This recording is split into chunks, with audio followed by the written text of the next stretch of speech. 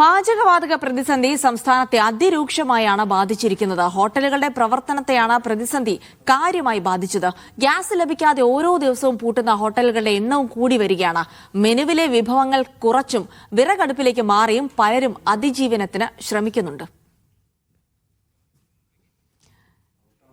വിവരങ്ങൾക്കായി പോകാം. കൊച്ചിയിൽ നിന്ന് ഗോപിക അരവിന്ദും കോഴിക്കോട് നിന്ന് സമീർ സി മുഹമ്മദും ഉണ്ട്. കാരണം ഗ്യാസുമായി ബന്ധപ്പെട്ടുള്ള വലിയ ആശങ്ക അത് വാണിജ്യ സിലിണ്ടറിന്റെ മാത്രമല്ല വീടകങ്ങളിലേക്ക് കൂടി എത്തുന്ന ആശങ്ക കൂടിയാണ്. അപ്പോൾ ഈ രണ്ട് സിറ്റികളിൽ നിന്നും എന്തൊക്കെ വിവരങ്ങൾ നൽകാനുണ്ട് എന്നുള്ള കാര്യം കൂടിയാണ് നോക്കുന്നത്. ഗോപികയിലേക്കാണ് ആദ്യം. ഗോപിക, കൊച്ചിയിലേക്ക് വരുമ്പോൾ സ്വാഭാവികമായിട്ടും വലിയ ആശങ്കയൊക്കെ നിലനിൽക്കുന്നുണ്ട്. ഇന്നലെ തന്നെ റിപ്പോർട്ട് ചെയ്തിരുന്നു പല ഹോട്ടലുകളും പ്രവർത്തനം തന്നെ നിർത്തിയിരിക്കുന്നു. ഇന്ന് അതിലേറെ ഹോട്ടലുകൾ പൂട്ടാനുള്ള സാധ്യതയും കാണുന്നുണ്ട്. എത്രത്തോളം രൂക്ഷമായി തന്നെ തുടരുകയാണ് പാചകവാതക ക്ഷാമം?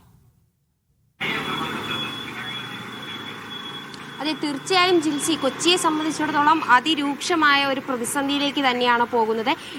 കൊച്ചിയിലെ ഏകദേശം 70% ഹോട്ടലുകളും ഇന്ന് പൂട്ടിയ നിലയിൽ തന്നെയാണ്. അതിരൂക്ഷമായ ഒരു പ്രതിസന്ധിയിലേക്ക് തന്നെയാണ് ഇവർ കടക്കുന്നത്. മിക്ക ഹോട്ടലുകളും അവർ ബദൽ മാർഗങ്ങൾ സ്വീകരിച്ചില്ലെങ്കിലും അത് എത്രത്തോളം പ്രായോഗികമാണെന്നുള്ളൊരു വസ്തുത കൂടിയുണ്ട്. നിലവിൽ ചായ ഉൾപ്പെടെയുള്ള കാര്യങ്ങൾ അവർ ചില ഹോട്ടലുകളെല്ലാം തന്നെ ഇഞ്ചക്ഷൻ കുക്കർ ഉൾപ്പെടെയുള്ള കാര്യങ്ങളിലേക്ക്, നൂതന സംവിധാനങ്ങളിലേക്ക് മാറിയെങ്കിലും ഇത് എല്ലാ ഐറ്റംസും ഉണ്ടാക്കുന്നതിൽ ഇത് എത്രത്തോളം പ്രായോഗികമാണെന്നുള്ള ഒരു ചോദ്യം കൂടിയുണ്ട്. കൂടാതെ തന്നെ ഇന്നലെ ഈ സമൃദ്ധി ഉൾപ്പെടെയുള്ള കൊച്ചിയിലെ ഭക്ഷണശാലകളെല്ലാം തന്നെ അടുപ്പിലേക്ക് മാറുന്നൊരു സാഹചര്യം, വിറകടുപ്പിലേക്ക് മാറുന്നൊരു സാഹചര്യം ഉണ്ടായിരുന്നു.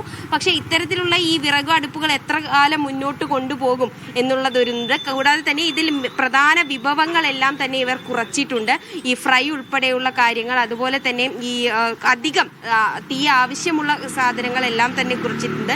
കൂടാതെ തന്നെ ഹോട്ടൽ മേഖലയെ സംബന്ധിച്ചിടത്തോളം ഇത് വലിയൊരു പ്രതിസന്ധിയിലേക്ക് തന്നെയാണ് പോകുന്നത്. കാരണം രൂക്ഷമായ ക്ഷാമം തന്നെയാണ് വാണിജ്യ സിലിണ്ടറിനെ ഇവർ നേരിട്ടുകൊണ്ടിരിക്കുന്നത്. ഇതുമായി ബന്ധപ്പെട്ട് നമുക്കൊരു ഹോട്ടൽ ഉടമയോട് തന്നെ ചോദിക്കാം. ചേട്ടാ, അപ്പോൾ എങ്ങനെയാണ് ഇത് മുന്നോട്ട് കൊണ്ടുപോകാൻ ഇന്നും കൂടിയും കഴിഞ്ഞാൽ നിർത്തേണ്ട അവസ്ഥയാണ്.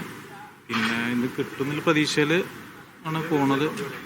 ഇൻഡക്ഷൻ കുക്കർ, ചായക്ക് ഉപയോഗിക്കുന്ന ഇൻഡക്ഷൻ കുക്കറാണ്. പിന്നെ ഫുഡ് ഐറ്റംസ് ഒക്കെ മാക്സിമം ലൈവ് ഒഴിവാക്കി മെയിനായിട്ട് ചെയ്തിട്ടുണ്ടായിരുന്നത് ഊണായിരുന്നു. അതില്ല, ബിരിയാണിയിൽ അഡ്ജസ്റ്റ് ചെയ്ത് പോവാണ്. ഇന്നിപ്പോൾ ഗ്യാസ് ഏകദേശം തീർന്നു. ഇനി അടക്കേണ്ട അവസ്ഥയായിട്ടുണ്ട്. അന്വേഷിച്ചിട്ടുണ്ട്. അവർ ട്രൈ ചെയ്യാന്ന് പറഞ്ഞിട്ടുണ്ട്. ഓഫീസിൽ പോയിട്ടുണ്ടായിരുന്നു ഗ്യാസിൻ്റെ.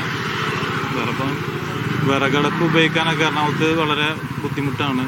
കാരണം കിച്ചൺ സൗകര്യങ്ങളൊക്കെ അതിനനുസരിച്ച് ഉണ്ടാവുള്ളൂ.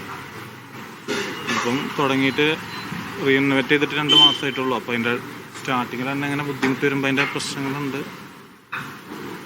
അതെ ജിൽസി, അദ്ദേഹം പറഞ്ഞതുപോലെ തന്നെ കൊച്ചിയെ സംബന്ധിച്ചിടത്തോളം ഈ ഹോട്ടൽ ബിസിനസ് എന്ന് പറയുന്നത് തന്നെ വലിയൊരു പ്രാധാന്യമുള്ള കാര്യമാണ്. കാരണം ഇവിടെ തൊട്ട് നിരവധി ഭക്ഷണശാലകളുള്ള ഒരു സ്ഥലം കൂടിയാണ് കൊച്ചി. അപ്പോൾ ഇത്തരത്തിലൊരു പ്രതിസന്ധിയിലേക്ക് പോകുമ്പോൾ ഇത് ഹോട്ടൽ ഉടമകളെ മാത്രം ബാധിക്കുന്ന ഒരു കാര്യമല്ല. നിരവധി കാറ്ററിംഗ് സർവീസുകൾ, കാരണം അടുത്ത മാസം മുതലെല്ലാം കല്യാണ സീസണുകളാണ്. അപ്പോൾ ഈ കാറ്ററിംഗ് സർവീസുകൾ ഉൾപ്പെടെ നിർത്തുന്ന ഒരു സാഹചര്യമുണ്ട്. കൂടാതെ തന്നെ കൊച്ചിയെ സംബന്ധിച്ചിടത്തോളം ഏറ്റവും കൂടുതൽ ബാധിക്കുന്ന മറ്റൊരു മേഖലയാണ് ഹോസ്റ്റലുകൾ. ഏകദേശം 2000-ഓളം ഹോസ്റ്റലുകൾ അടച്ചുപൂട്ടേണ്ട ഒരു സാഹചര്യം കൂടി ഉണ്ടെന്ന് ഹോസ്റ്റൽ ഉടമകളും അറിയിച്ചിട്ടുണ്ട് ജിൽസി.